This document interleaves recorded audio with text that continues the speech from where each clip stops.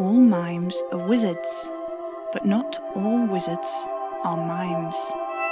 Welcome back, faithful listeners. Yes, it's still your temporary host, Sam Enfield here, and this is the Spirit Box Radio Advice and Community segment.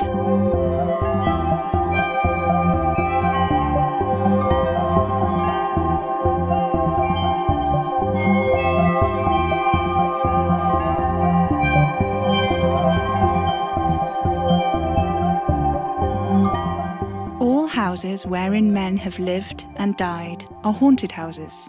Through the open doors, the harmless phantoms on their errands glide, with feet that make no sound upon the floors.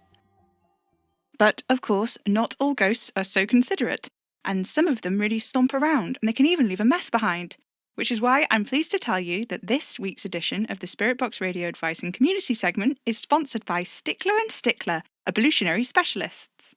They're here to take care of all your cleansing requirements, both physical and spiritual. I'm excited to be working with Stykler and Stykler today. It's my first sponsored episode. How exciting! Of course, it wasn't clear if they realised if Madame Marie was gone. I'm not sure they actually even listened to the show. They kept calling us Sandwich Box Radio. How funny! I can see why they got on with Madame Marie so well. Useful, given how much she has used their ablutionary services. Roxy from Penzance says she has an excellent experience with Stykler and Stykler following a period of hauntings in her home, which left large muddy footprints all across the walls and ceilings. Roxy said, after the exorcism, I tried everything from baking soda to holy water to get the stains out. I even painted over them, but they just kept bleeding through. I called Stykler and Stykler and they came around within a week and treated the whole house.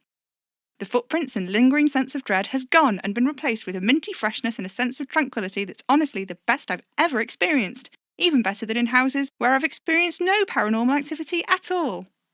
Shining endorsements from Roxy and Penzance there.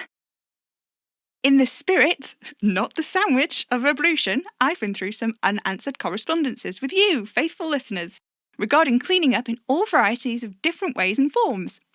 First, I'd like to address the outpouring of support I've been receiving over the past few weeks. I'm extremely pleased you like my tarot reading, and thank you to regular listener Beth for the pro tips. They've been really helpful. I'm also really grateful for the kind words you've offered regarding my hosting of the show. I'm so glad it's not been too much of a letdown to hear me instead of Madame Marie. It's a relief, to be honest. I have such respect and admiration for Madame Marie, as she well knows, and I can't wait for her return, but it has been so fun to host the show in her absence. I hope she'll let me return to do some hosting alongside her when she gets back from wherever she's gone to. Still no news on that front, by the way. And of course, I'm certain she'll be back very soon. Imminently, I'm sure of it. Everything is fine, though. It will be fine. I'm sure she's absolutely fine. Now, the topic at hand. From these unanswered correspondences, it seems like a lot of you are after general tips and pointers for how to keep your home footloose and fairy-free during the winter months. Spring cleaning is a term we're all very familiar with, but it's just as important to keep your spaces spick and span throughout the rest of the year, especially during these long winter months. Stykler and Stykler have sent me their handy winter cleaning pamphlet, which has loads of helpful tips and pointers. The first one is that now the nights have truly drawn in here in the Northern Hemisphere, it's a good time to start yodeling to cleanse your emotional palette. Leaving crystals out during these long nights can help you manifest a more central and powerful space within your home for casting, but you'll want to watch for any bad vibes you're putting out. If you're stressed about who you can and can't see over the festive period, it's probably a good idea to keep that away from the crystals if at all possible. It's very cruel to argue in front of them and you'll only upset them. It's not fair. They don't understand and it's not their fault, is it? Especially the quartz. What's quartz ever done to you? Stykler and Stykler also suggest that sprinkling salt around your doors and windows will stop bad spirits from coming into your home. This is a simple and effective method, and any old table salt will do. It doesn't have to be fancy. The pamphlet does warn that salt lines are absolute terms and they don't do nuance, so make sure that you only buy the good vodka if you're going to try and bring it over the lines. Sage is, of course, also a core tenet of the Christmas or Yule feast, being a key component of stuffing. Another plant which gets a lot of attention this time of year is the fir tree. I love an excuse to drag a tree wholesale into the living room and cover it with glass and bone decorations. It's such a delight. A highlight of every winter since I was a very small child was cutting the tree free of the ropes looped around it for transportation and letting its spiny branches hang out in their evergreen glory. Whilst fir trees are very beautiful and can help ward off bad spirits when treated correctly, always make sure your tree has not been marked with any curses or mould spots before you bring it inside. If there's a particular tree you've fallen in love with but it's been committed to the will of something less than savoury, filing off any sigils will usually do the job of getting rid of any unwanted spirits. Fir trees are incredibly hardy things and can usually make a really good comeback after they've been possessed. Just ask the guy who had a fir tree growing in his lung. Hysterical! Definitely the best sense of humour of all the non-deciduous trees. Not great in a crisis though. There are loads more fabulous tips for cleaning and cleansing your home from Stykler and Stykler Ablutionary Specialists, and you can read them for yourself in their great Winter Wonderland cleansing pamphlet. To get a copy of your very own, simply whisper your intent into the void in the dead of night and one will arrive within 3 to 4 working days. Pamphlets cost £3 each and will be charged in loose change from down the back of your sofa at the most inconvenient moment.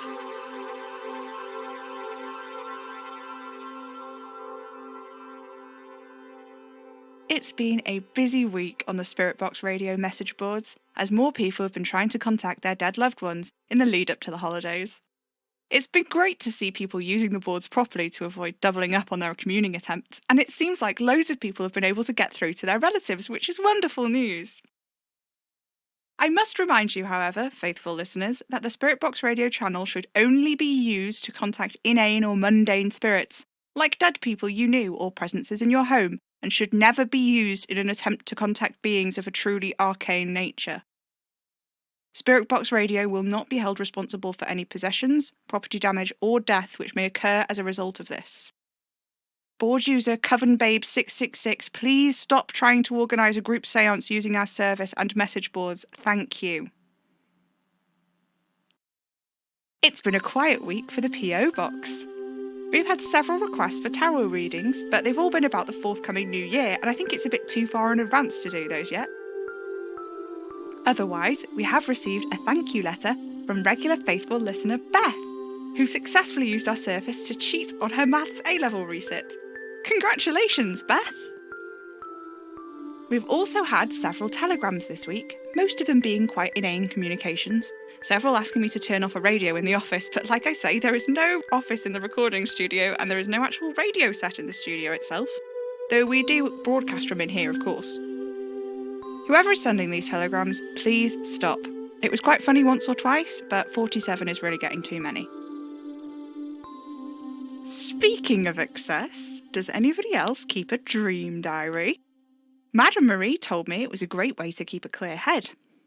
Writing out your dreams as soon as you wake up can help declutter your head and allow you to move on with your day. This advice was particularly helpful to me, as for as long as I can remember, I've suffered from terrible nightmares. This week, I actually had a nightmare I've not had for years. It's a pretty strange one, really. It's about what I can only describe as the rose room. It has rose wallpaper, rose curtains, rose bed sheets, little teacups with roses on the side, a rug printed with roses, and the smell. A thick, heavy smell, the smell of a grandmother's neck. Old face powder that's not quite white, not quite pink. Cloying, saccharine imitation of rose. In the dream, my head was filled with the smell, mingling with the stink of my skin. Pinks bled from the wallpaper, smattering onto my arms. Petals and blooms spread themselves against my chest. The thorns scratched their way down my throat, clawing at my stomach, puncturing my guts.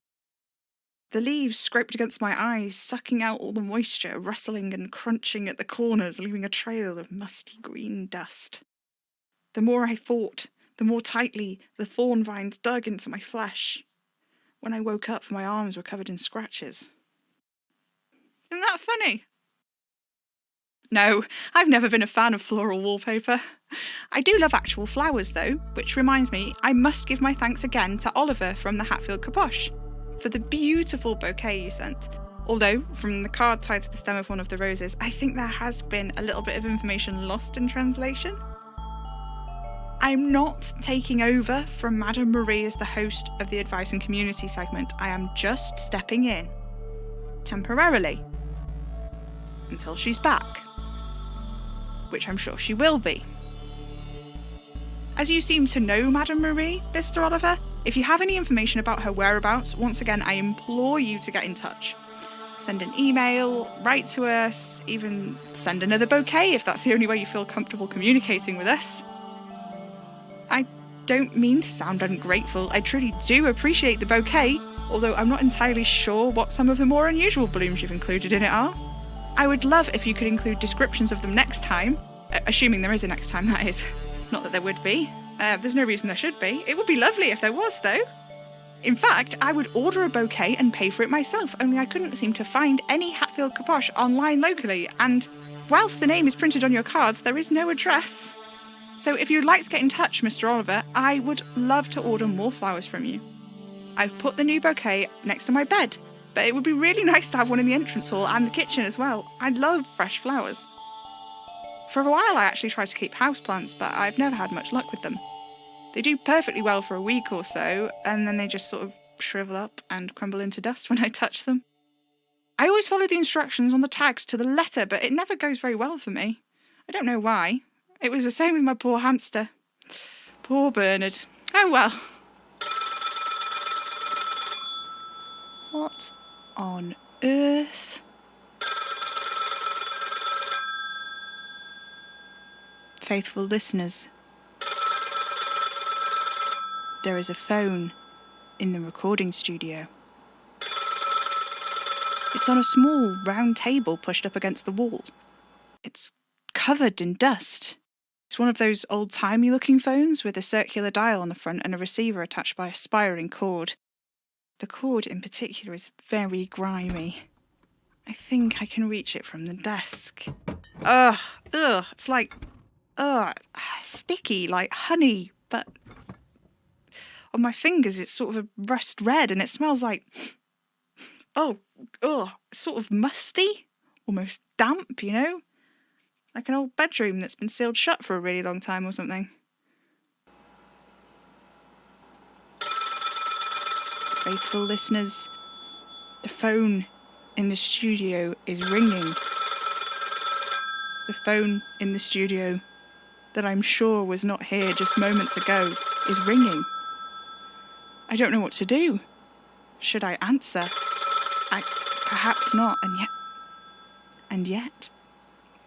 Oh, I'm just going to do it. Hello? Sam, what the hell are you doing? I'm on the air. Well, I know that, don't I? I'm listening to you right now. You are? How do I sound? Am I doing okay? No, you bloody well aren't. What the hell are you gone down into the studio for? You know you're not supposed to be down there. Well, now, it's more like... No, stop it. I'm not bloody Kitty. I will not listen to your excuses, Sam. You know you're not supposed to go down into the recording studio.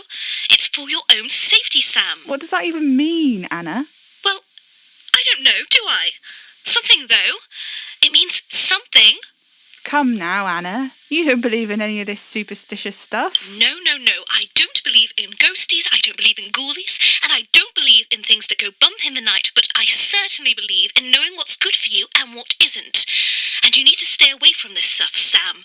Don't you know what happened last time? Last time? I have no idea what you're talking about. You're impossible. Did you know that? I swear to God, when Em shows up, I'm going to tear her a new one for leaving you in charge. Well... You mean she didn't even give you permission to do this? Sam, are you completely off your rocker? Do you have any idea the risk you're putting yourself in, sealing yourself up underground like that and meddling with stuff when you've got no idea? She did leave me instructions. You know full well that's not what I meant. Well, what are you going to do? Show up here and pull the microphone out of my hands? If you won't see sense. Well, good luck to you. I locked the door before I came downstairs. I can pick locks. Ooh, but isn't that illegal? That's not very lawyerly of you. What will your fancy lawyer fiancé think about that? He'll think exactly what I tell him to. I'd rather continue this conversation not on the air, if you don't mind. Actually, I do. Sam. No, the faithful listeners have a right to... Anna? Anna? Hey, if you're still listening, you better not be on your way over here, Anna. Ugh. Even if she is on her way, faithful listeners, we're actually almost at the end of today's segment. Anyway, sod Anna. Stykler and Stykler have left me with a final message about cleaning to wrap up this very special sponsored episode of the show. So I'll run that through now, just in case she does decide to show up. Remember to... and really get into the corners of the... Otherwise, you'll never be sure if you really got out... can leave a really nasty stain. So just make sure if you're going to... do it outside or on a tarpaulin. Thank you so much for tuning in, faithful listeners, and a huge thank you to our sponsors, Stykler and Stykler, for supporting the show. To get in touch with Stykler and Stykler, simply onto a swatch of cloth, or alternatively, into it, and they'll be with you in a jiffy. And that's all for tonight, folks. I've been your temporary host, Sam Enfield. This is Spirit Box Radio's Advice and Community segment. Thank you for listening, and good night.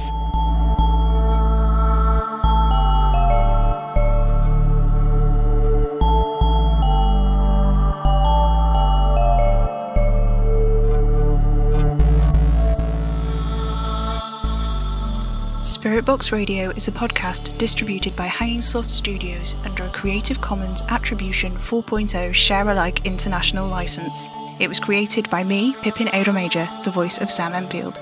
Alex Pylova Richardson is the voice of Anna Enfield. Music is by Maybe Wednesday. If you like the show, let us know on Twitter at Hanging Sloths or stop by our website hangingslothstudios.com. If you'd like to help us keep making Spirit Box Radio, you can send us a tip on ko-fi.com/hanging sloths or become a slothling on Patreon at patreon.com/hanging sloth studios, where you can get early access to episodes plus loads of other great rewards. You can buy merch in our coffee shop, links in the description. Spirit Box Radio is recorded in front of a dead studio audience.